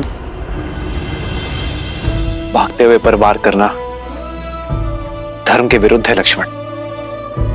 और फिर ये कैसे मान ली जाए कि वो गुप्तचर ही है? रघुकुल की मर्यादा और सम्मान उनके वंशजों के शौर्य में है लक्ष्मण, कुटिलता में नहीं।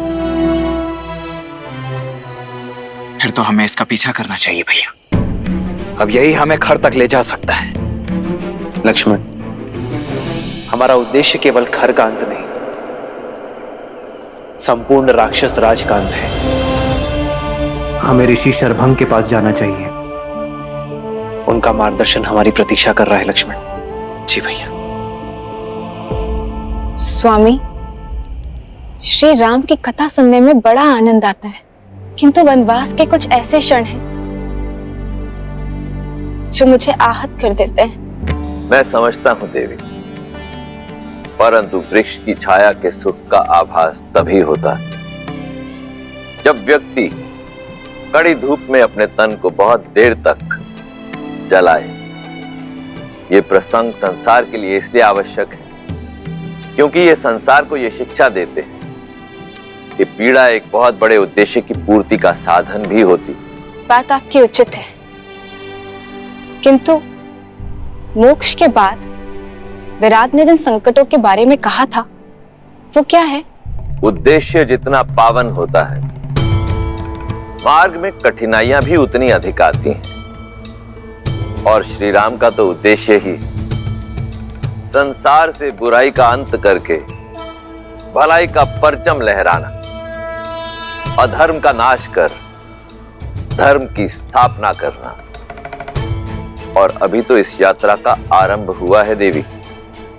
यूं समझ लीजिए देवी कि श्री राम दंडकारण्य के भीतर नहीं, संकट और समस्याओं के एक माया जाल के भीतर जा रहे हैं। विराट तो केवल एक श्राप के कारण दानव बना, परंतु ऐसे कई दुष्ट जिनका स्वभाव ही है पाप कर्म करना, जिन्हें ऋषियों, मुनियों और सज्जन व्यक्तियों को पीड़ा देने में आनंद आता है, उनका अंत भी तो श्री राम को ही करना है। भगवान विष्णु के अवतार के लिए भला क्या कठिन हो सकता है?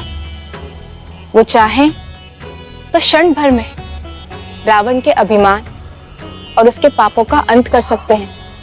देवी, यदि रावण की शक्तियां असीमित हैं, उसका सैन्य बल अतुलित है, तो सामने भी नारायण है जिनका तेज अलौकिक है, और उस तेज के सामने इस ब्रह्मांड में कोई टिक नहीं सकता।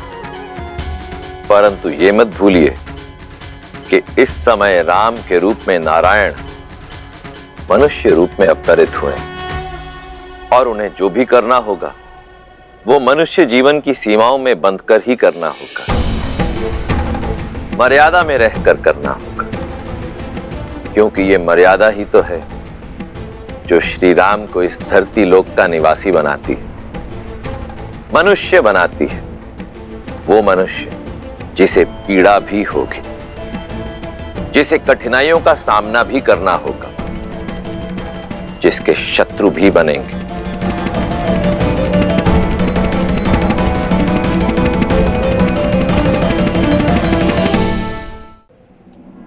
देवी, इस समय राम के रूप में नारायण मनुष्य रूप में अवतरित हुए। वो मनुष्य जिसे पीड़ा भी होगी, जिसे कठिनाइयों का सामना भी करना होगा, जिसके शत्रु भी बनेंगे, और समय आने पर उन शत्रुओं से निपटने के लिए मित्रों की सहायता की आवश्यकता भी पड़ेगी। पर ऐसा कौन है जो श्री राम की सहायता कर पाने में सक्षम हो? मैं ही नारायण का दास, मैं ही उनका भक्त, मैं ही उनका मित्र, मैं ही उनका सखा। मेरा अंशावतार हनुमान श्री राम की सहायता के लिए वानर सेना को सज्ज कर रहा है। अपने गुरु सूर्य के मार्गदर्शन में उनका नेतृत्व करने के लिए सज्ज हो रहा है। उन्हें केवल युद्ध कौशल और रणनीति का पाठ ही नहीं पढ़ा रहा, अपितु आध्यात्म और अनुशासन की शिक्षा भी दे रहा है। परंतु ये तो स्वयं हनुमान भी नहीं जानता कि किष्किंधा पर कितना गहरा संकट आने वाला है।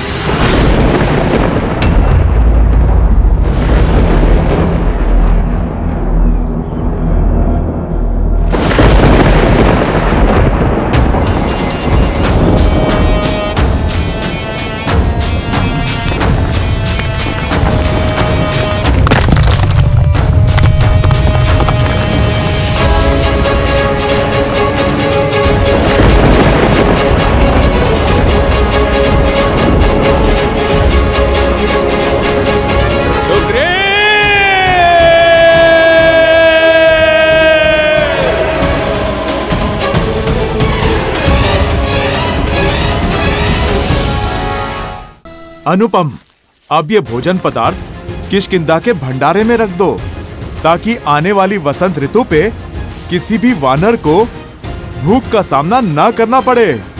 चलो दल, जल्दी चलो। अद्भुत हनुमान।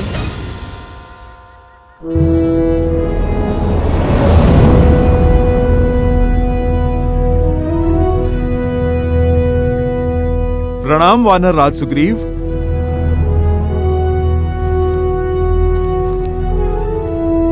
सेनापति हनुमान, अद्भुत है आपकी सूझबूझ और धन्य है हम कि हमें आपके जैसा सेनापति मिला।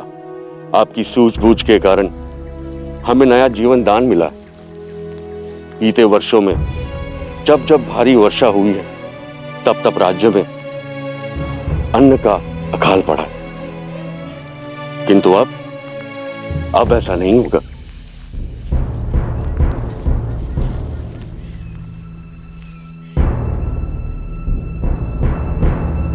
नदी का जल बहुत ही बड़ा हुआ है। उस पार जाने के लिए जल का स्तर कम हो, उसकी प्रतीक्षा करनी होगी।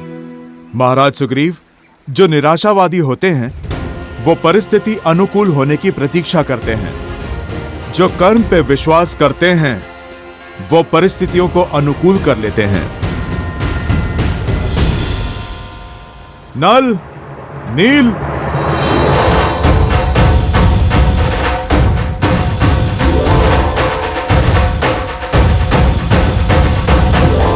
नल और नील, तुम में बुद्धि और बल दोनों हैं। मैंने देखा है तुम्हें वृक्ष की बेलों से वृक्षों के बीच सेतु बनाते हुए। तो चलो आज इस नदी पार हम सेतु बनाते हैं। जो आज्ञा सेनापति।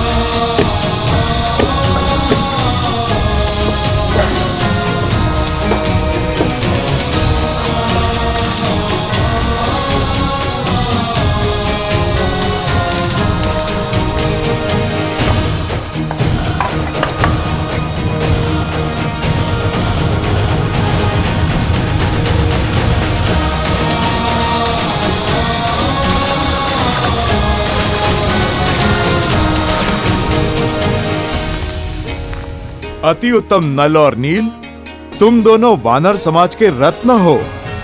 एक दिन तुम्हारा कौशल वानर जाति के गौरव का कारण बनेगा। अति उत्तम हनुमान, तुम्हारे मार्गदर्शन के बिना यह कार्य संभव नहीं था।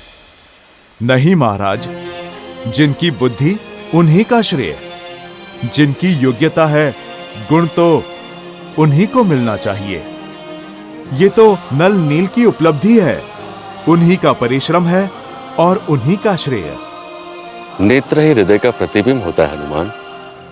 जितने ही स्वच्छ और सरल तुम्हारे नेत्र हैं, उतना ही स्वच्छ और कोमल तुम्हारा हृदय भी है।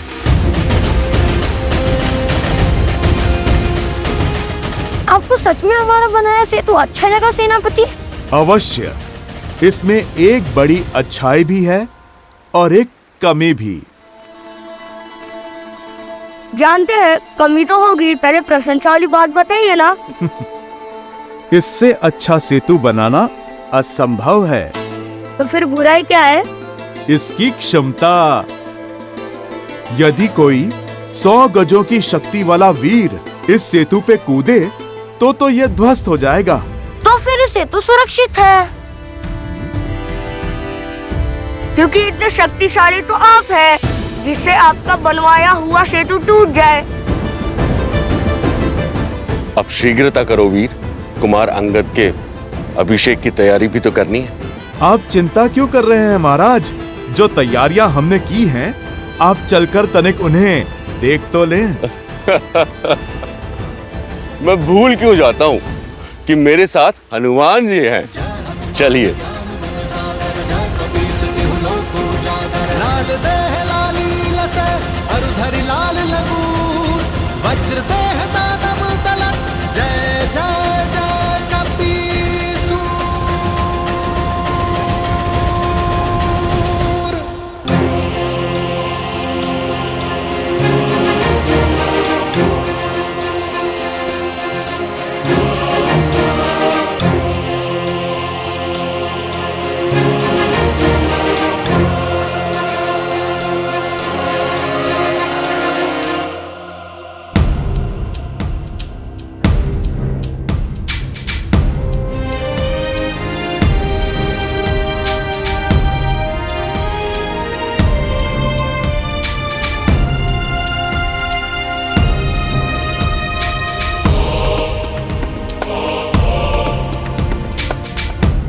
हनुमान, तुमने तो किष्किंधा को स्वर्ग जैसा सजा दिया। सब कुछ कितना सुंदर लग रहा है। स्वयं विश्वकर्मा भी इतनी सज्जा नहीं कर पाते।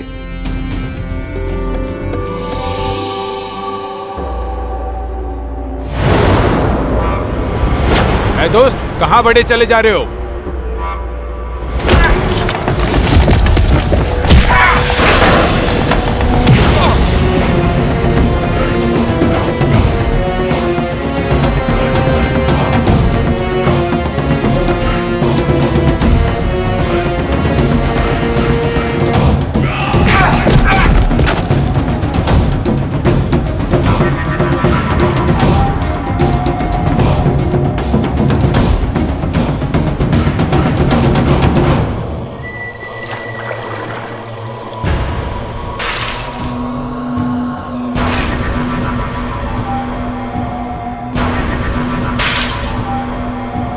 महाराज बाली, महाराज बाली।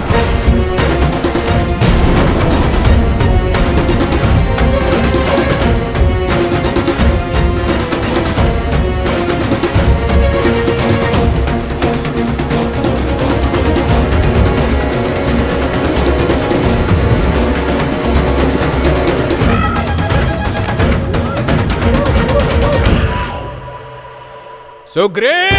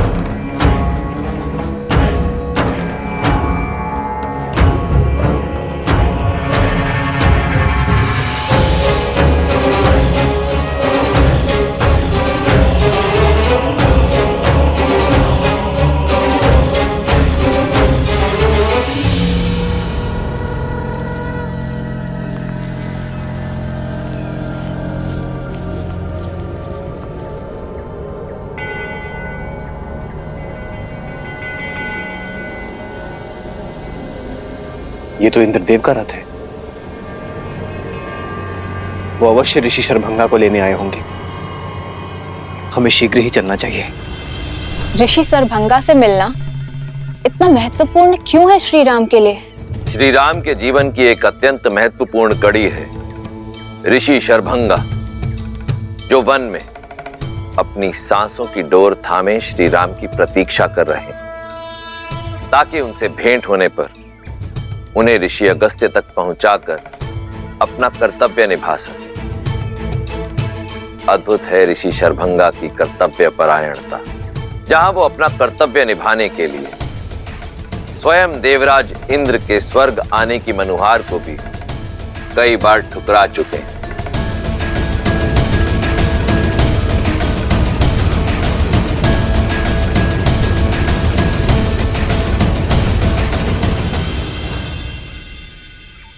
प्रणाम ऋषिवर। ऋषिवर, अब बस कीजिए। अपने सुकर्मों का फल भोगने हेतु मेरे साथ स्वर्ग चलिए।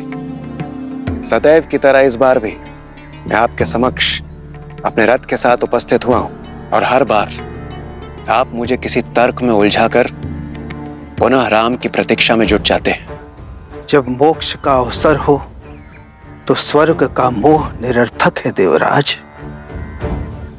मेरे जीवन का अंतिम उद्देश्य तो अपनी निर्जीव शरीर को श्री राम के चरणों में निछावर करना ही है और श्री राम अवश्य आएंगे।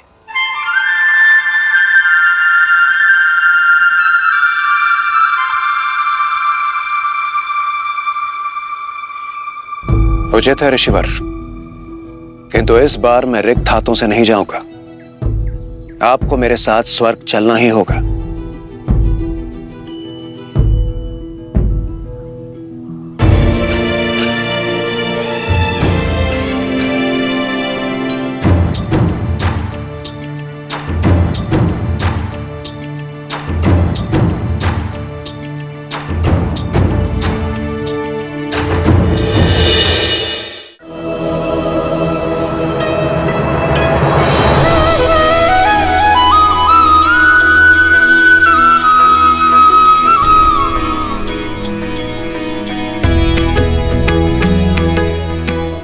राम ऋषिवर।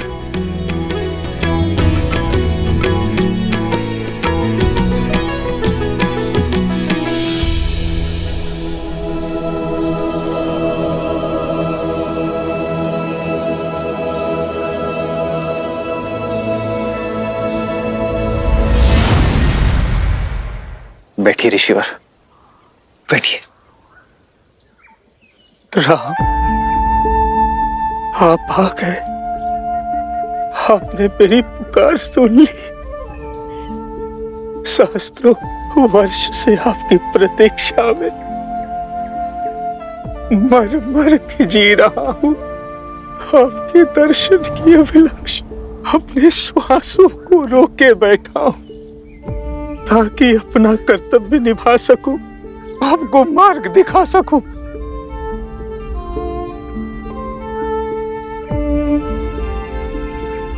कर्तव्य के लिए आपका संघर्ष हमारे लिए प्रेरणा है ऋषिवर।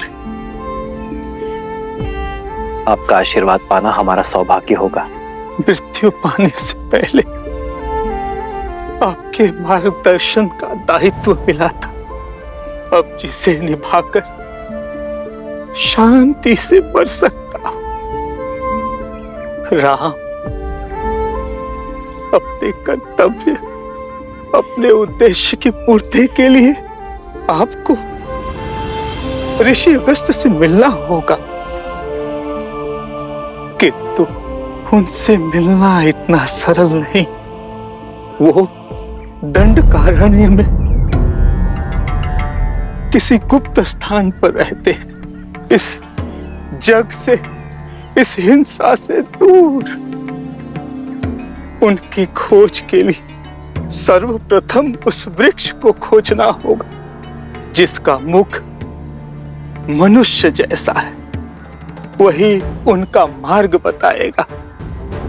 ऋषि अगस्त्य वो दीप है जो रावण और उसके सेनापति घर के अंधकार को समाप्त करने का मार्ग प्रज्वलित कर सकते हैं। अब मुझे अपनी गोद में सर रखकर मोक्ष दीजिए प्रभु, मोक्ष दीजिए। बहुत थक चुका हूं।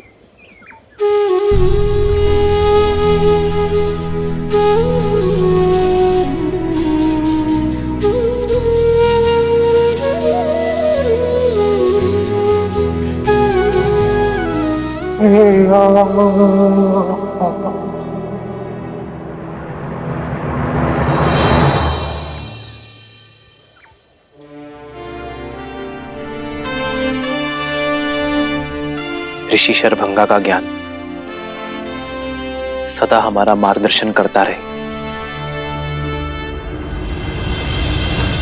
चलो लक्ष्मण, इनके अंतिम संस्कार की तैयारी करते हैं।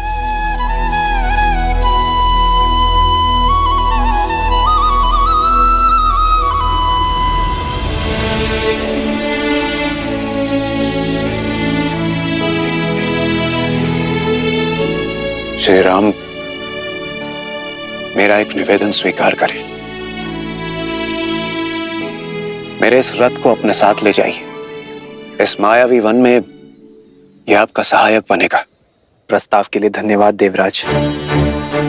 आप हमारे पिताश्री के मित्र हैं और एक मित्र होने का कर्तव्य निभा रहे हैं, पर मुझे आपके दिव्य रथ की आवश्यकता नहीं है।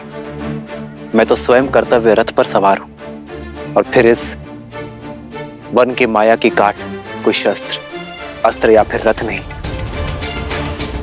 सत्य और सतर्कता है। मैं और लक्ष्मण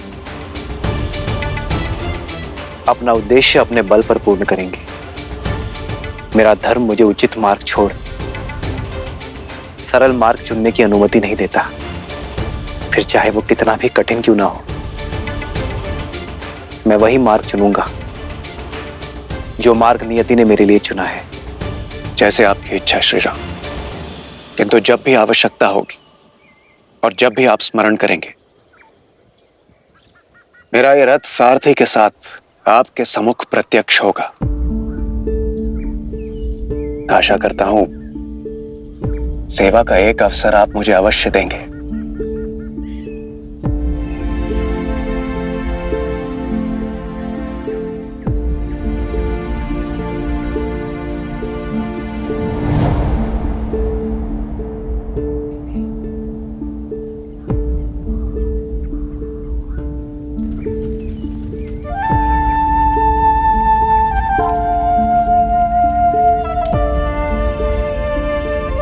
श्री राम, आपके जाने से पूर्व आपको कुछ दिखाना चाहता हूं।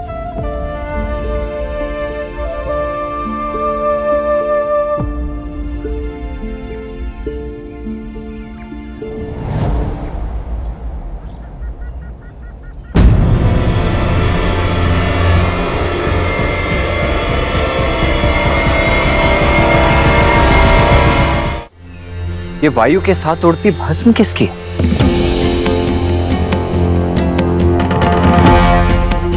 आइए आप स्वयं देख लीजिए।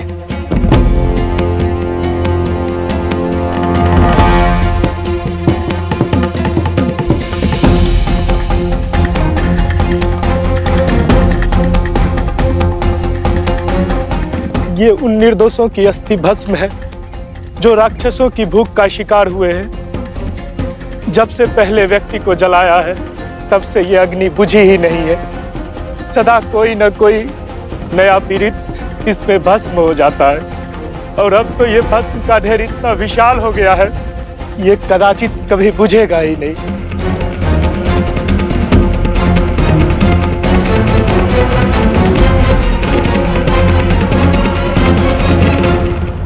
वचन है दशरथ नंदन राम का, इस वन को खर के प्रकोप से मुक्त करूंगा।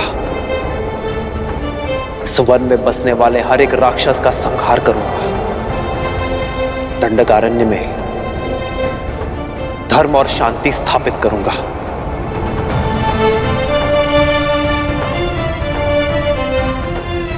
मैं सौगंध लेता हूं, मुझ पर विश्वास करने वाले हर एक जीव की रक्षा करूंगा।